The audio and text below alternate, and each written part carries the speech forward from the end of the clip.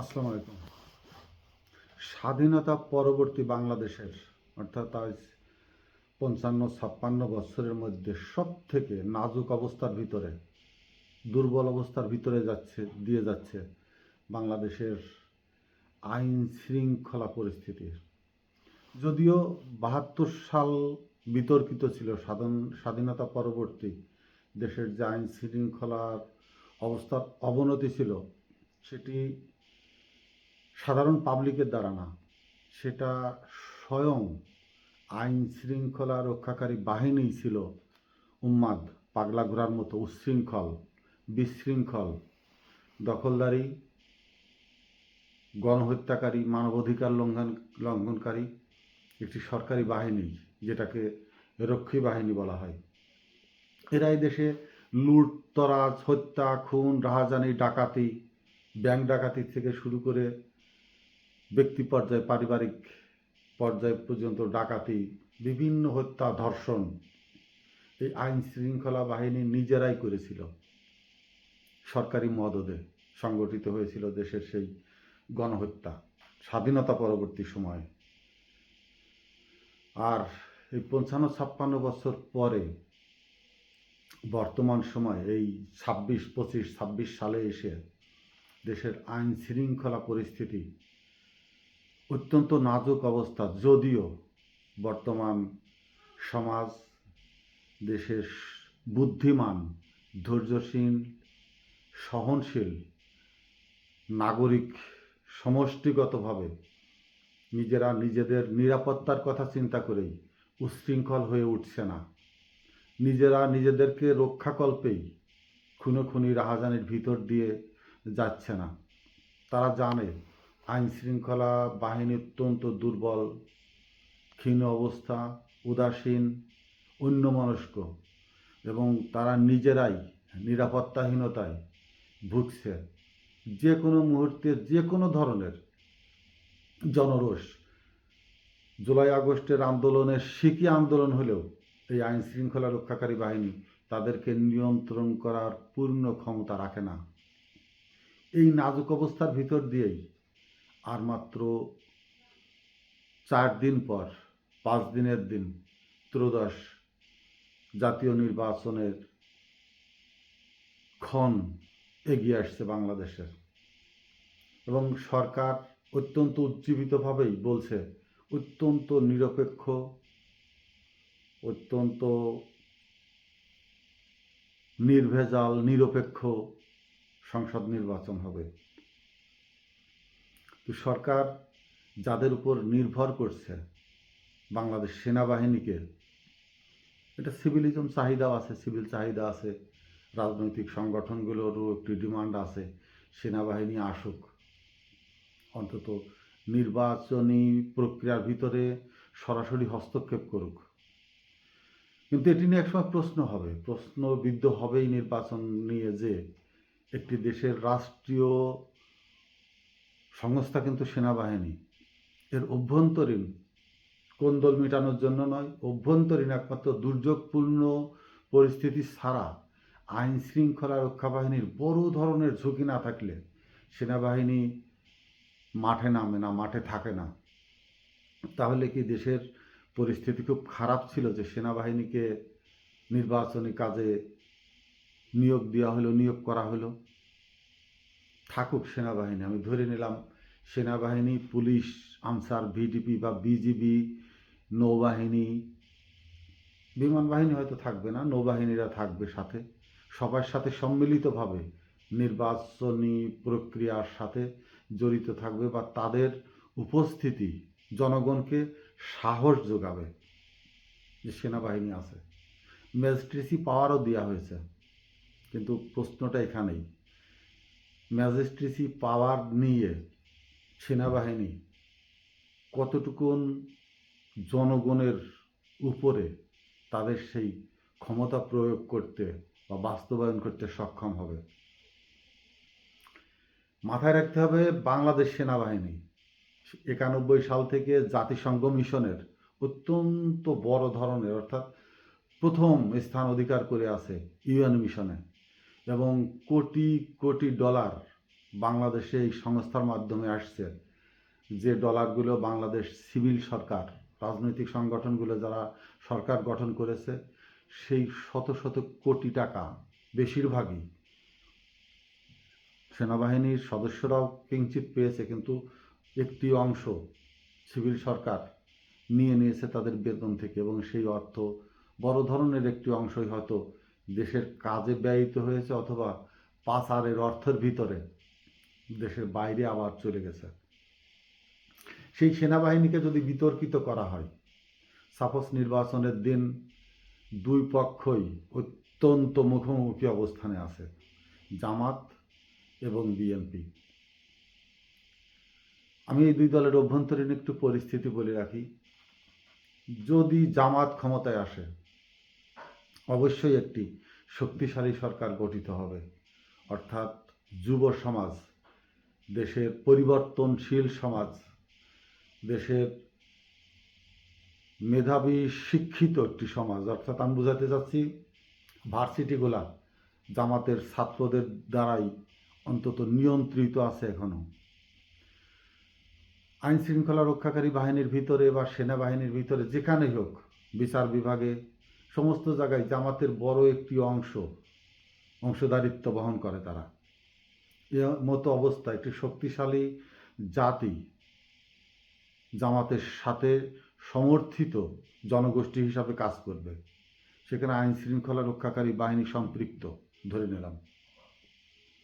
কিন্তু যদি বিএনপি ক্ষমতায় আসে, অত্যন্ত একটি দুর্বল নাজুক সরকার গঠিত হবে সেখানে। নাজুক সরকার আমি বলছি এই জন্যে, বিএনপি বড় একটি সর্ববৃহৎ রাজনৈতিক দল, এটা আমিও মানি, সবাই মানবে। কিন্তু সরকার গঠন করার পরে যে প্রক্রিয়াধীনের ভিতরে যে বাস্তবায়িত হবার যে প্রক্রিয়া, একটি সরকার, একটি রাজনৈতিক দলের একটি ভূমিকা থাকে আলাদা। তারা যে কোনো ধরনের উচ্ছৃঙ্খলতা, মারামারি, ধরাধরি, হানাহানি, খুনোখুনির ভিতরে জড়িয়ে পড়তে পারে একটি রাজনৈতিক সংগঠন। কিন্তু একটি রাজনৈতিক সংগঠন যখন নির্বাচনের মাধ্যমে ক্ষমতায় আসীন হয়, রাষ্ট্রীয় ক্ষমতায় আসীন হয়, তখন ওই রাজনৈতিক সংগঠন যদি এ ধরনের কোনো একটির ভিতরেও প্রক্রিয়ার ভিতরে জড়িয়ে পড়ে, খুনোখুনি, রাহাজানি, বা তারা তো তাদের সরকারের বিরুদ্ধে আন্দোলন করতে পারবে না, তারা তাদের সরকারের বিরুদ্ধে বিট্টে করতে পারবে না, সমস্ত কিছু সহনশীলভাবে মাথা পেতে মেনে নিতে হবে।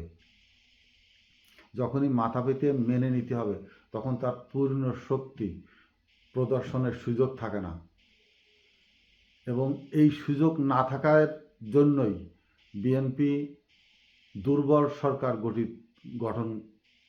গঠিত হবে। বিএনপি জনসংখ্যায় বৃহত্তর, ভোটে বৃহত্তর, কিন্তু মাঠে শক্তি প্রদর্শনী করতে গিয়ে বিএনপি অনেকটা দুর্বল। আইন শৃঙ্খলা রক্ষাকারী যেমন দুর্বল, বিএনপি সরকারও তেমনি দুর্বল একটি সরকারে পরিণত হবে। নানা দিক থেকে বিচার বিশ্লেষণ করলে যেটা পাওয়া যায়, তার বড় ধরনের কয়েকটি উদাহরণের ভিতরে একটি হলো অভ্যন্তরীণ কোন্দল, যেটা এখনো বহাল, এবং নির্বাচনের পরে কারা জেতে বা কাদের মাধ্যমে বিএনপি ক্ষমতায় যায়, তাদের অভ্যন্তরীণ কোন্দলের বড় একটি অংশ বাইরেই থেকে যাবে, এবং সেই বাইরের শক্তিটা দলের ভিতরে ঢুকবে ঠিকই, কিন্তু অভ্যন্তরীণ কোন্দলকে, খুনোখুনিকে আরও বেশি ত্বরান্বিত করবে তারা, যার জন্যে এটি একটি দুর্বল সরকারই থেকে যাবে। একবার যদি 5 বছর পূর্ণ করতে পারে, তবে আমার মনে হয় না বিএনপি যদি সরকার গঠন করে 5 বছর পূর্ণ করতে সহায়ক কোনো অবস্থান তারা তৈরি করতে পারবে। যেটা নিয়ে বলছিলাম, নির্বাচনের পটভূমি নিয়ে এবং সেনাবাহিনীর ভূমিকা নিয়ে। যদি নির্বাচনের আগের দিন রাত থেকে শুরু করে নির্বাচনের দিন সারা দেশে, অর্থাৎ যে বর্তমান যে পরিস্থিতি দেখা যাচ্ছে, বিএনপিকে ক্ষমতায় যেতে হলে কারাকারি, হানাহানির ভিতর দিয়েই যেতে হবে। ব্যালট বক্স ছিনতাই, কারোর ভোট দিয়ে দেওয়ার মতো অবস্থা তৈরি করা, অথবা ভোট কেন্দ্রে উচ্ছৃঙ্খলতা প্রদর্শন করে ভোটারদেরকে, বিশেষ করে বিএনপির বাইরে যারা ভোট দিতে ইচ্ছুক, বিএনপির তো তারা জানে, আমি এর আগের একটি ভিডিওতে বলেছিলাম, বিএনপিরা গোপনে গোপনে প্রত্যেকটা বাড়ি বাড়ি ঘুরে জামাত প্রার্থীদের, ভোটারদের লিস্ট করেছে তারা, এবং সেটা কেন্দ্রতেও পাঠানো আছে, এবং এই লিস্টগুলো স্থানীয় নেতাদের হাতে আছে। জামাতের লোকজন বা বিরোধী মতের লোকজনকে হয়তো কেন্দ্রে যেতে যদি বাধা দেয়, আমি যাবে বা এই ধরনের কোনো কথা আমি বলছি না, কিন্তু বিএনপি ক্ষমতায় যাবার জন্য একেবারে সাপের মতো বিষ দাঁত বসিয়ে রেখেছে নির্বাচনের দিনের অপেক্ষায়।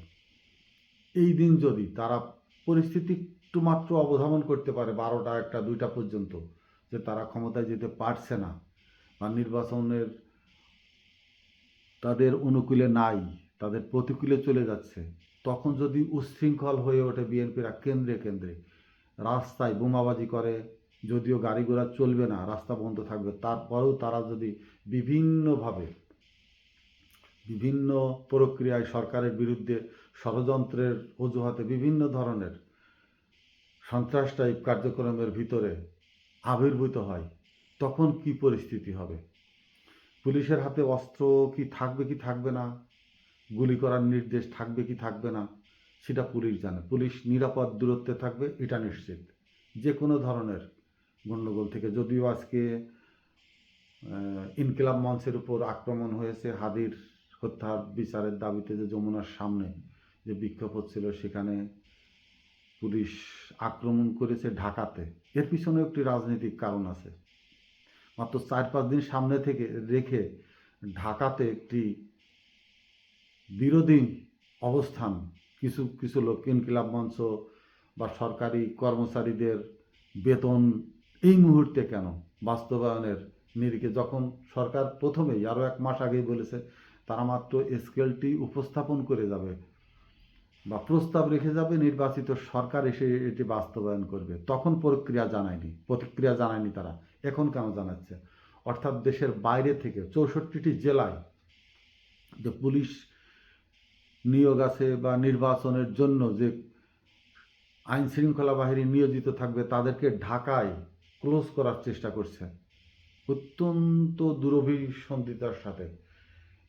ঢাকায় জেলার থেকে যেন পুলিশগুলো ঢাকাতে নিয়ে যাওয়া হয় বা বিজিবির একটি অংশ ঢাকায় নিয়োগ করা হয়, করলে পুরা দেশ আইন শৃঙ্খলা বাহিনী আরও বেশি দুর্বল হয়ে পড়বে, যাতে অন্যান্য জেলা শহরগুলোতে বা উপজেলা শহরগুলোতে নির্বাচনের দিন আরও বড় ধরনের কোনো গণ্ডগোল শৃঙ্খলতার সৃষ্টি করা যায় বা আইন শৃঙ্খলা বাহিনীর কোয়ান্টিটি এমনভাবে কমিয়ে ফেলা যায় যেন তারা নিজেদের নিরাপত্তা নিয়ে শঙ্কিত থাকবে। ভোট যা হয় হোক, নিজেদের জানমাল রক্ষার্থে, অস্ত্র রক্ষার্থে, নিজের পোশাক রক্ষার্থে তারা ব্যস্ত থাকবে। এই ধরনের একটা পরিস্থিতি সৃষ্টির জন্য হয়তো ঢাকাতে এই প্রক্রিয়ায় যাচ্ছে। তবে হাদি হত্যার বিচারের জন্য যে আন্দোলন, বিচারের জন্য আমিও চাই হাদি হত্যার বিচার হোক, এবং এ নিয়ে আমি অনেক উচ্চস্বরে কথা বলেছি, বিচার হোক। কিন্তু এই সময়টি কেন একেবারে এই মুহূর্তে কেন বেছে নেওয়া হলো?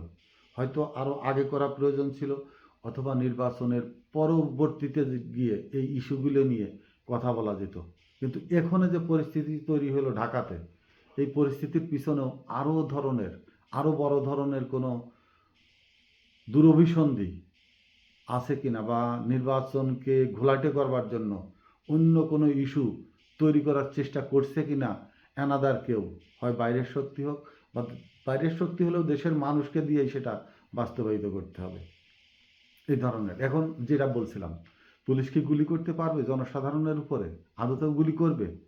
নির্বাচন নিয়ে যদি একটি গুলির শব্দ বাংলাদেশের কোথাও হয়, ঢিঢি পড়ে যাবে সারা বিশ্বে। আর সেনাবাহিনী নামকা ওয়াস্তেই শুধু উপস্থিত থাকবে নির্বাচনী মুখে। একজন কন্টিনজেন্ট কমান্ডার, ম্যাজিস্ট্রেসি পাওয়ার আছে, ফায়ার আদেশ দিতে পারবেন তিনি, কিন্তু আদতে কি সেনাবাহিনী এদেশের জনগণের উপরে ফায়ারের নির্দেশ দিবেন কিনা, এবং যদি দিয়ে থাকেন সেটা কতটুকু যুক্তিযুক্ত হবে নির্বাচনের এই গণতান্ত্রিক ধারার নির্বাচনের সময়, নির্বাচনের দিন, নির্বাচন ক্ষণে, যখন আন্তর্জাতিক পরিসরের বড় ধরনের নির্বাচনী পর্যবেক্ষকরা নিয়োগ থাকবে সর্বক্ষেত্রে, চারিদিক মিডিয়া, সবার হাতে মোবাইল, ফোকাস, ক্যামেরা, ইন্টারনেট, সমস্ত কিছু উন্মুক্ত থাকবে, তার ভিতরে সেনাবাহিনী কোনো সাধারণ মানুষের উপরে ফায়ার করবার নির্দেশনা বা নির্দেশ নিজস্ব বাহিনীকে দেবে কিনা, এবং নিজস্ব বাহিনী আন্ডার কমান্ডে যারা থাকবে তারা উচ্চ কর্মকর্তাদের সেই আদেশ পালন করবেন কিনা। এমন একটা মুহূর্ত যে সেনাবাহিনীর কতিপয় কর্মকর্তারা আন্তর্জাতিক অপরাধ ট্রাইব্যুনালে হাজিরা দিচ্ছে বা ক্যান্টনমেন্টের ভিতরে একটি কারাগার তৈরি করে সেখানে তারা আছে, এই অবস্থার ভিতরে নিজেদেরকে আবার কি কোনো অপরাধমূলক কর্মকাণ্ডের সাথে জড়িয়ে ফেলবেন কিনা। যে কোনো পদক্ষেপ ফেলার আগে একবার নয়, 10 বার নয়, 100 বার চিন্তা ভাবনা করবে, একেবারে নিচু থেকে সর্বোচ্চ পর্যন্ত, একেবারে নিচের যে সৈনিকটা থেকে সেও চিন্তা করবে আমি কি আদতেও ফায়ার করব কি না।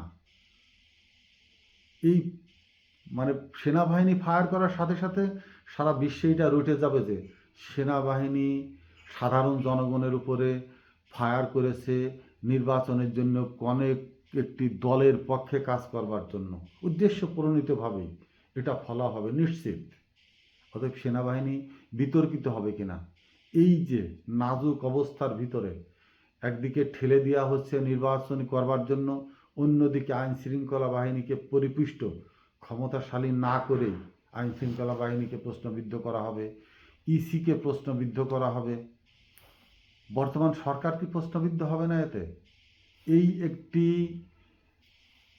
নির্বাচন একেবারে একটি অসহায়ত্বের ভিতরে দিয়ে নির্বাচন পরিচালনা করবার যে দায় দায়িত্ব যাদের ঘাড়ে চাপিয়ে দেওয়া হয়েছে, দাঁত ছাড়া বাঘের মতো, এদের দাঁত নেই, এদের গায়ে লোম নেই, অথচ এদেরকে বলা হচ্ছে বাঘ, এদেরকে বলা হচ্ছে সিংহ, কোনো কিছুই নেই।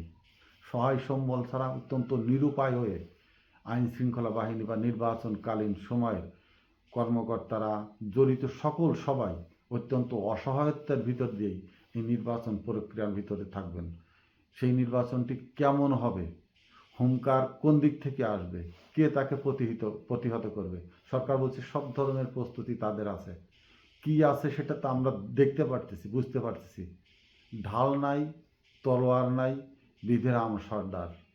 সরকারেরও যে অবস্থা, নির্বাচনকালীন যে আপৎকালীন যে পরিস্থিতি সেটাকে রক্ষা করবার জন্য যারা মাঠে থাকবে, পুলিশ এবং সেনাবাহিনীর ভিতরে কি আদতেও কোনো পার্থক্য আছে কিনা, শুধু পার্থক্য থাকবে পোশাকের, কিন্তু নীতি নির্ধারণী ক্ষমতা একই পর্যায়ে একই রকম থাকবে বলেই এখনও আমার মনে হচ্ছে। দেখা যাক নির্বাচন শেষ হওয়ার পর অদ্যাবধি কী হয়। আসসালামু আলাইকুম।